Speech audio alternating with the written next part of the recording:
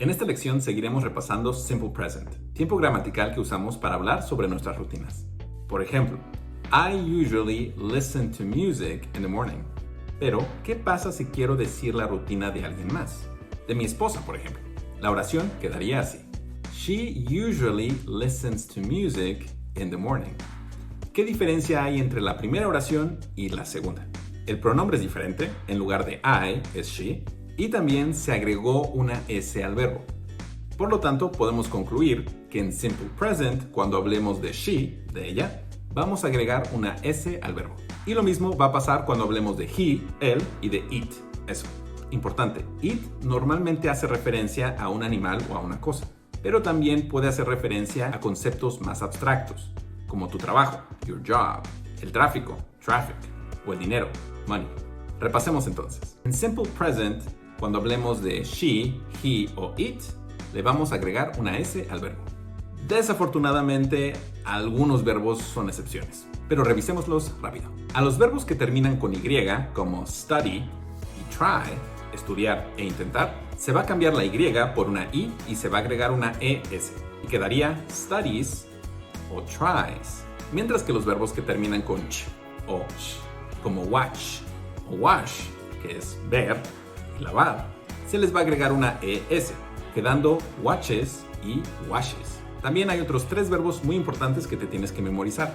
Have, que se transforma a has, go, que se transforma a goes, y do, que se transforma a does. En estos últimos dos, ten cuidado con la pronunciación. Goes y does. No goes ni does. Resumamos otra vez. En Simple Present, cuando hables de she, he o it, al verbo le vas a agregar una S. Salvo algunas pocas excepciones en donde le vas a agregar al verbo una IES o una ES. Así que ten cuidado. Ahora veamos un ejemplo. My sister goes to the office once a week. Mi hermana va a la oficina una vez a la semana. ¿Qué pasaría si quiero decirlo en negativo?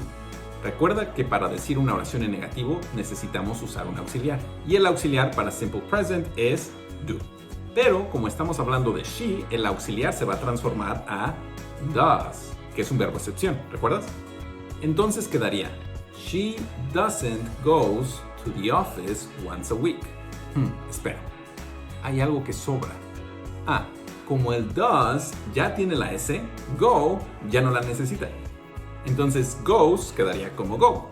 Velo de esta manera, solamente tienes que agregar la S al primer verbo de la oración. Y como en este caso el auxiliar ya tiene la S, ya no necesitas ponerla en el segundo verbo. Entonces la forma correcta sería she doesn't go to the office once a week. Te recomiendo mucho que practiques transformar oraciones en afirmativo a negativo. A muchos de mis alumnos se les complica este punto. Y esta regla la tienes que tener súper dominada para que al momento de hablar no tengas dificultades. Hagamos otro ejemplo.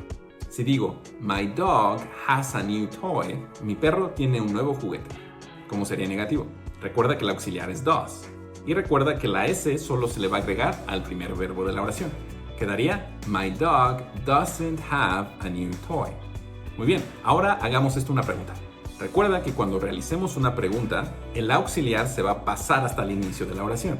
Y quedaría, does my dog have a new toy? Hagamos una práctica final.